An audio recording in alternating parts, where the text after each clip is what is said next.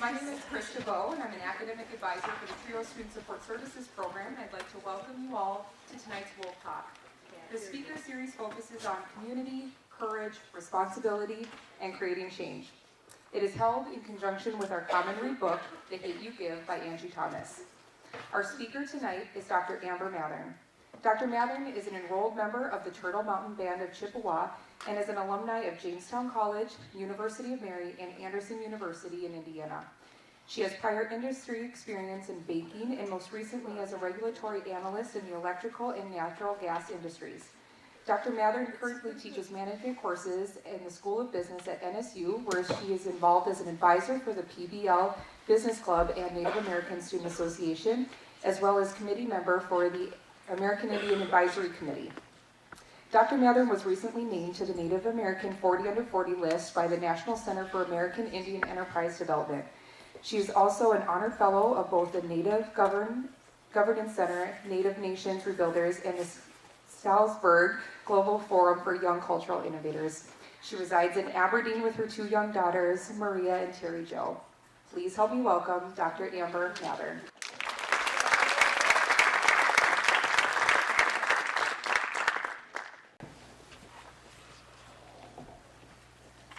First of all, thank you so much for having me, and welcome to all the students in the crowd, any community members, fellow faculty, administration.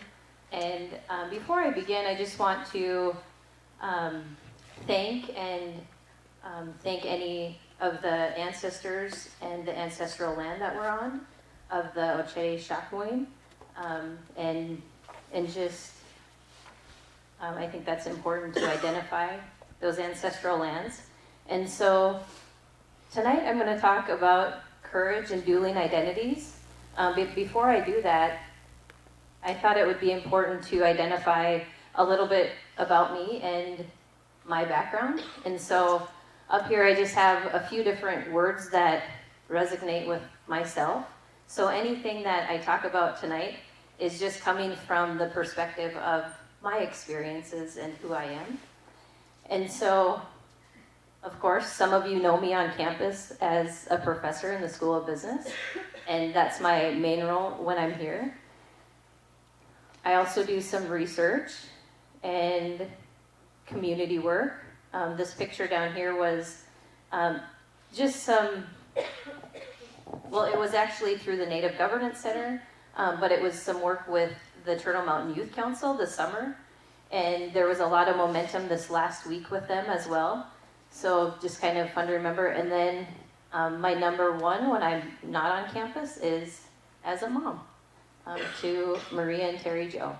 So again, just as I go through some of the topics tonight, I just want to remind everyone that the topics that I talk about are just stories from my past and kind of my perspective on those. So let's start at the beginning, or close to the beginning.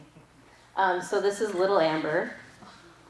And when I was asked to do this topic of dueling identities and courage, I kind of thought to myself, why? And I was like, why me? Why dueling identities? And so I was thinking back to all the instances in which this dueling identities topic kind of fit in my own life. And so I think the first instance was just this little girl right here.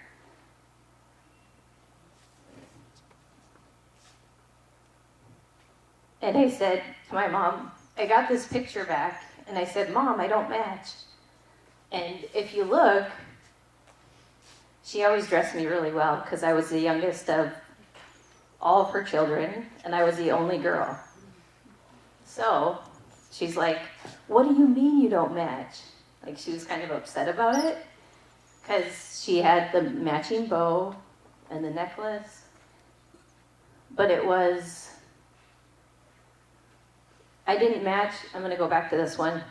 When I looked at my kindergarten picture is what I was talking about. And I said, I don't match because I grew up in Rolla, North Dakota, which, if you zoom in closer, this area right here is a 6 by 12 mile allotment of land. That's the Turtle Mountain Chippewa Reservation. And then Rolla, where I went to school, is right off the reservation. So my class was made up of a combination of Scandinavian kids and Native American kids, and I was in the middle. My mom was Scandinavian, and my dad was, or is, they both are still living. My dad is half Native American, and then he has a mixture of other backgrounds as well. But when I looked at my kindergarten picture, and I said, Mom, I don't match, I just meant that a lot of my fellow classmates, either they were dark complected and dark hair, or they were light hair and light complected, and then I was light complected and dark hair. So I didn't match. And so it was just kind of that initial complexity of dueling identities. And this is just some pictures from the past, my dad and I. These are my grandparents on my dad's side, and then my brothers and me. So, just diving right into the first topic of dueling identities, I thought it was interesting to find a couple of different definitions of dueling identities. And so the first one here, just the condition of being dual. But the second one, and those of you that have read The Hate You Give, I think a lot of you have read that book. She talks a lot about the dueling identities of her life. But the second one is more of the contrasting, that kind of negative aspects between two things. And so I was really thinking about this topic of dueling identities, and sometimes it is that negative piece of where do we fit? And it's this uncomfortable feeling of, okay, well, do I fit in? Say if I went back to the kindergarten, I think we all fit in because we were all friends. When you're in kindergarten, it doesn't matter, right? But somewhere along the way, we think these differences matter. And so I just thought this was neat to see the dueling identities as, yeah, it's contrasting when maybe you are from a marginalized background and you find yourself in college and you're wondering, what in the world am I doing here? Right? Because that's conflicting.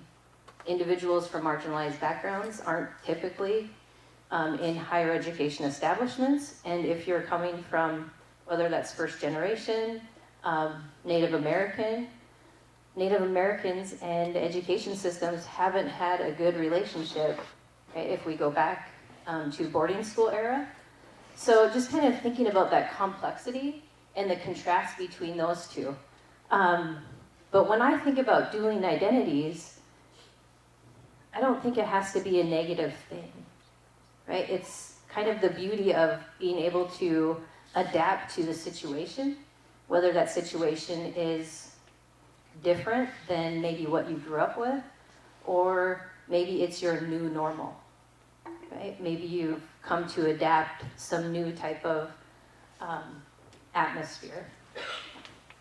So throughout my presentation, when I was asked to give this, I kind of started noticing themes when I was on social media with some of my friends, and so I thought, I'm going to pull some of those in. And so this was one from Terry Bursey. Well, she's married now, Hanson. So this is one of my cousins. And she had posted this, and I just thought, this is so ironic. I need to share this because for my friends that are non-native, it's sometimes hard for them to understand my relationship with my family, my extended family more so.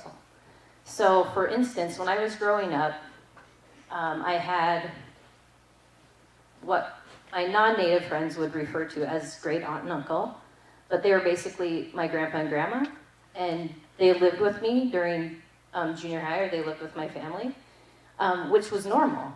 Right? They had lost their home, and so they stayed with us. But I thought this really is how it is. And I think those of you, if any of you are native in the crowd, and I know some of you are, you understand the family structure is quite different. And just sometimes that's hard to understand. It's hard to explain, but you don't have to explain it. That's your family. That's your family structure. So, right, if someone says, oh, that's my brother, that's my sister, It might be their first cousin, right? But to them, it's their brother. Or for me, right, it wasn't my great aunt and uncle, they were my grandparents, my grandpa and grandma. So that takes us into code switching. And so again, I think code switching is something that it's not just a cultural thing, but it's something that we do maybe when you're in the classroom in front of a professor, you change up the language that you use, right? Maybe you don't use the same language that you would use in front of your friends. And so basically alternating just between language variations. And so this was another one that I pulled from a friend of mine. Right? When you use certain slang around friends that maybe they didn't grow up where you grew up, like, what did you say? Oh, never mind. Right? Or maybe you tell them and then it becomes a joke, so they want you to say it again. All right, the next topic is just this intergenerational continuity. And so I wanted to break down this word of continuity. And as being defined, the unbroken and consistent existence or operation of something over a period of time. And so when we look at generational continuity, I almost wanted to put discontinuity on here, because for myself, it was kind of a story of, I don't know how this happened, but my parents, my mom, this is my mom here, she was pregnant when she was 16, and my dad wasn't much older, he was 18, but they didn't neither of them graduated high school, and so I don't know if it was the fear of God they put in us or what they did, but when I consider myself first generation, sometimes I feel like that's not right, because I had brothers that went before me that had gone to college, and they had done well. So luckily they had. This is my oldest brother. He kind of started and set the bar high. He ended up going to West Point, the military academy, and then all my brothers kind of followed in line. And so then, lastly, when I went on to college, you would think, okay, well, if you have all of your siblings before you, go on to college, it'll be an easy thing. And I won't give away everything. In a little bit, I'll talk about imposter syndrome. But I think it still hits, even if you have people go before you that are in the same generation, if you have cousins, if you have brothers or sisters that go on to higher education, that for me it made it easier, but it didn't make it easy. Another thing, when we look at going on to higher education, at least for me, this topic of breakaway guilt, right? And I thought this really hit home. I don't know if all of you can see it in the back, but it says, one of the hardest lessons I've learned about leaving the res and going after your education is that you can't save everyone. You're going to see family and friends fall in the same cycles you all said you'd get out of or never fall into. You're far away from your support systems. You feel like you should be home for everyone else. You feel guilty and selfish, etc. You feel like you want to take care of all your little siblings, all your little cousins when you go back home. And then also on top of that, and this wasn't, I didn't write this, somebody else put it, but that you could show your family all the places you've seen, share all that you've learned with them. Excuse the language, it says, this shit is hard. Our people deserve so much more. This really sums it all up. And I think there's more to it than that. It's not just the breakaway guilt of families or cousins. But for me, and for those of you that, if you're feeling that breakaway guilt, it never goes away. And so I think that's one thing is just knowing that you're making the right decision, right? And that you can, right? You can graduate and you can go back. But if you choose not to, just from my experience, it never goes away. So what I mean by that is, at the very beginning, I showed a picture of myself, and then I was working with the Turtle Mountain Youth Council. And I love doing that stuff. I really love going back, and I love working with the youth. But the really hard part is that I know every time I go back, I run into the same elder, and they're like, well, you gotta get back here. Get a job back here. Come back here and help us. I'm like, and I just feel guilty every single time. Like, I know I should. You know, I'm like, find me a job. I always joke around, find me a job. I love it here, I'm not leaving, but it's hard, and so that's something that never goes away. But I think for me, it's about finding that space and knowing that I'm where I need to be right now. Right? I'm where I need to be. The guilt doesn't go away, but it's up to you if you want to graduate, go back and help out and do what you can. But just knowing that if you don't, every time you go back, it creeps back in.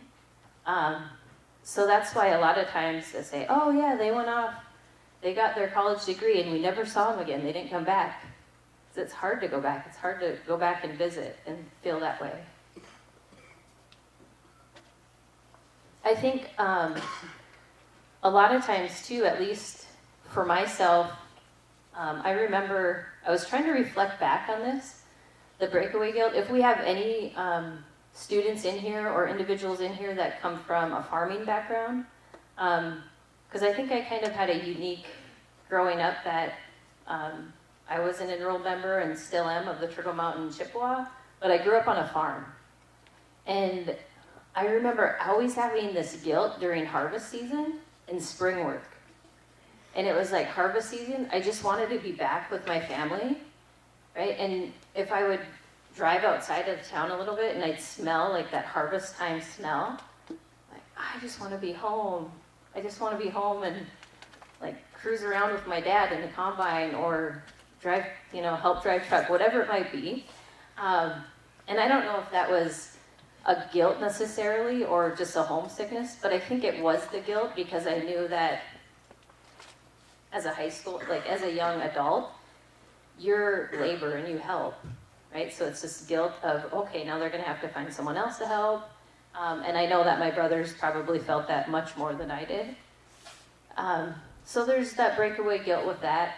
I think sometimes there's breakaway guilt if you get to have experiences that you feel like others should have as well. So like, I know, at least in my case, when I have experiences, you know, even a few weeks ago when I had the opportunity to go to Austria, of course you can't pass up those great experiences, but at the same time, I think back like, wow, my parents have worked so hard their entire life. I wish they could experience this. So I think there are a lot of instances, and so the breakaway guilt, it's maybe maximized if you come from some sort of marginalized community or background, but I think there's breakaway guilt in a lot of other instances as well. All right, now I want to get to this topic of imposter syndrome because I feel like it's so important. And when I think about it, like, is it a blessing or a curse? Right? And so what I mean by that is it can be what you let it. Right? And so it can be a curse if you let it hold you back from things. So I'm going to go back to my senior year of high school, and I was a pretty good student, and I had been accepted to Dartmouth College, or University, one of the Ivy League schools, and I had registered for classes. For whatever reason, they had sent me out there. So I had been out to the campus, stayed for a long weekend, met some people. They connected me with the Native American group out there. And so it was about a month before classes were to start that fall. And I just had this panic moment of, what am I doing? Like, I can't compete with these Ivy League students. Like, it must have been a mistake that I got in. So I called up my backup, Jamestown College or Jamestown University, and asked if I could enroll in classes there. If they would still, honor, they had offered just a small scholarship. If they would still honor that, I would come there. And yeah, no problem, right? So a month before I was to go, I completely backed out, and I ended up at Jamestown College, which in the end turned out fine. But when I went to Jamestown College, right, my problems weren't over. And I thought they would be, because I thought it was that, I can't handle Ivy League. Well, I'm not going there now. I'm in Jamestown, North Dakota. And so I start classes, and it was awful. I hope there's no freshmen in here that are feeling how I felt that freshman year. But I think it was hard because I just had this expectation that I could handle it. And I didn't know how to study. I had no idea how to study. And I remember going to my advisor at the time, and I still know, she's a nice lady, but she didn't know what to do with me. I think she knew my background and was like, why can't she cut it? She has a fine ACT score, right? Like, what's going on with, so she couldn't really help me. But luckily, my older brother lived in the same town. And I remember going to see him, and I'm an emotional person, so I went to see him and I was crying, and I was like, I can't pass statistics, right? The grade was based on 2 scores, your midterm and your final. That was it. There was no attendance points, there were no homework, it was midterm and final. And lo and behold, I did completely awful on the midterm, so I had to ace the final if I wanted to pass the class. So I went from going to or being enrolled in Ivy League school to not even being able to practically pass a statistics course. But when I went to see my brother, of course I was in tears and telling him about, that I didn't know how to study, I didn't know how I was gonna pass. And he was just, brother, well, you gotta do it, right? You're part of the family, you're too stubborn not to do this, so you have to do it. But needless to say, when I went home at Christmas break, I almost dropped out. And my plan was, I'll just drop out and I'll go to community college. I knew I wasn't going to do that. But luckily, I had a really good friend that I had met just that first freshman semester, that she kind of had an inkling of what my plan was, and just kind of nudged me along. Like, she kept checking in with me over Christmas break, like, I better see you back in the spring. Like, I don't know yet, because I could enroll in tribal college up until the very end, so I could kind of decide at the end if I wanted to do that. But thank goodness she nudged me along, and I went back in the spring, and things got better. I learned how to study. I got a tutor, I went to the studying sessions. But there were a lot of things going on that the imposter syndrome, at that moment in time, it was very much a curse. So it was a combination of not being able to study, the background growing up in a small town. To be honest, every weekend was going out. I lived right by Canada, and the drinking age was 18. We were up there all the time. I probably shouldn't share all this, but I wasn't in the right mindset. But a big piece of it was just this imposter syndrome of, I can't do it, right? Given my background, my parents didn't graduate high school, does it really matter if I do it or not, right? Just graduating high school is a step above, so, you know, why? And so then I say, well, can it be a blessing, right? Can this imposter syndrome be a blessing?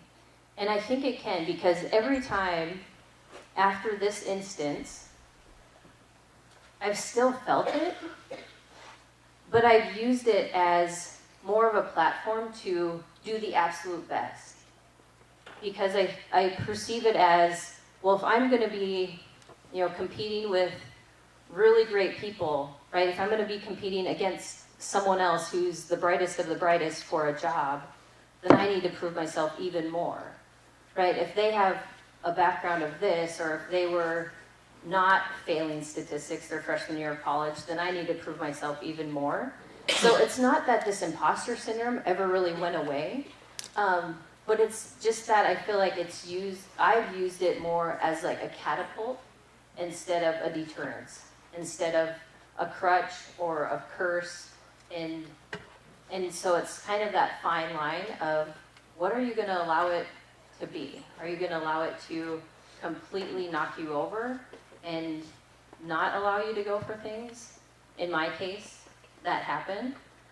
Or are you going to let the chips fall where they may and go for things, go for whatever you want to go after, and then, you know, and for me, it's just always in the back of my mind, like, okay, I need to prove myself more than the next person. It's not true, but that's what I tell myself, and I think it's, at least for me, worked out in my favor. Because all of a sudden, right, when I started pushing myself, what I would always do, and what I still do this today, right, I'll go after situations telling myself that I'm going to let that situation or that group of individuals decide if I'm the person, right, if I'm qualified. So essentially letting other people disqualify you, right? Don't disqualify yourself. And that's taken me a long time to really think about and grasp onto, is that idea of not letting myself disqualify me, but go after whatever it is, and if they're going to disqualify you, then so let it be. So I just wanted to kind of wrap up, and I wanted to close with a Anishinaabe word for bravery, akadwewin. And so basically, the literal term for this is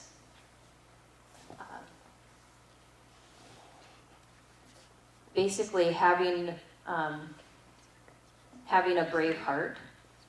But more so than that, it's facing the foe with integrity. And I like that meaning for it, because you can replace foe with anything, right? So facing, whether it's another individual with integrity, or whether it's just a situation, facing that situation with integrity. And then also going along with that is just the bravery that sometimes the right thing for you isn't always the easiest thing. So, yeah,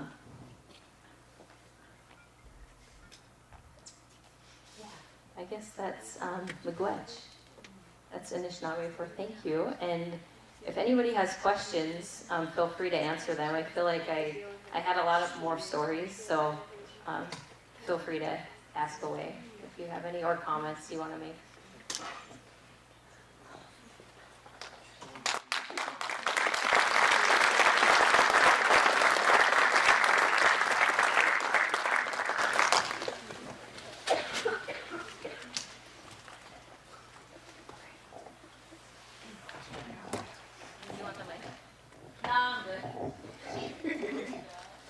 We know you're good.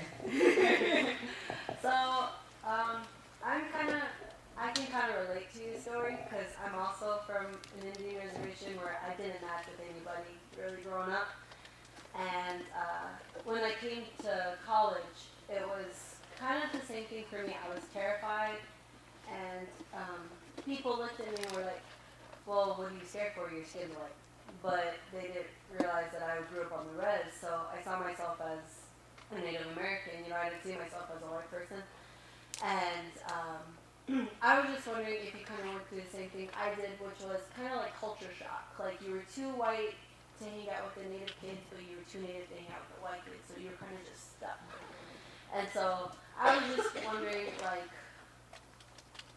did you have, like, I know you said you had a good friend, but did you have, like, any other support? Because I know that I've met other Native students that are, you know, really good friends of mine. But, like, it was mainly that freshman year that really took a toll on me. So I was just wondering if you weren't kind of the same culture shock as me. Yeah, definitely. And I would say for sure it was my freshman year, and specifically my freshman semester, that was the hardest. The good friend that I mentioned, her name was Marla. And the interesting thing was she was similar to me very much. She was West Indies. Her mom was from Trinidad and her dad was a German farmer from Minnesota. So she was kind of the same thing. But looking back, the sad part was we hung out all the time and people called us Dots and Feathers. They'd be like, she's Dots, you're Feathers. And you know, at the time, it was just kind of a joke, but looking back, it's really bothersome. I didn't really have any, besides my brother being in town, like Native American support group on campus or anything. You know, so, and so I felt like I didn't really have a voice to stand up against that and say, no, that's not right. You know, and I'm not Feathers. I'm Anishinaabe, I'm Turtle Mountain. You know, and so even just that, I think the generalization of lumping Native American into one group instead of identifying by nation, sometimes that's just hard to come to terms with, but yeah, definitely. And I think sometimes we're our own worst enemy. And when I say we, I mean Native American population, because one of the first questions will say, are you enrolled? Where are you enrolled at? And sometimes enrollment, doesn't identify whether or not somebody's traditional or not, right? Whether they're really ingrained in their culture. So for instance, I mean, even with my daughters, because Turtle Mountain has a blood quantum requirement on their enrollment, my daughters are 1/8, so they won't be, unless the constitution of Turtle Mountain would change, they're not enrolled members. So I think sometimes we do a little bit of that to ourselves, you know. But yeah, good question.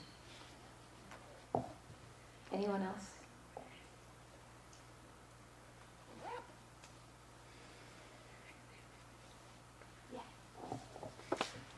Growing up, how do you deal with like general stereotyping? Like, you know what I mean? How do you deal with it?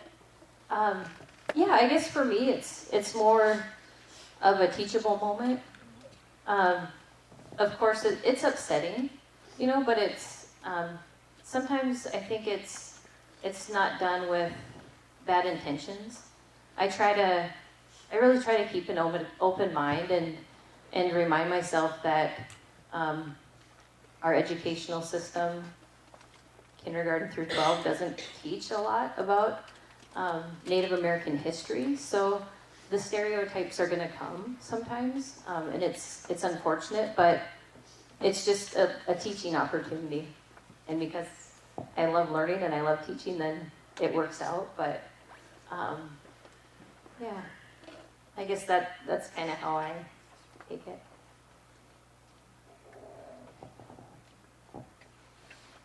Anyone else?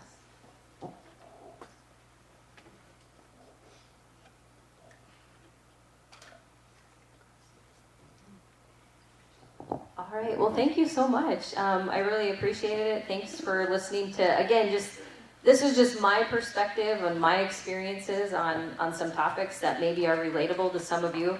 But just know that if anyone out there, if you're having a rough semester, you feel like it's been a rough year, or just keep on going, right? You're not alone. Those are, I hate to say it, they're normal feelings, but it's worth it, right? It's a process. It's a complete process, but the end result is completely worth it. So just keep going. So, thank you.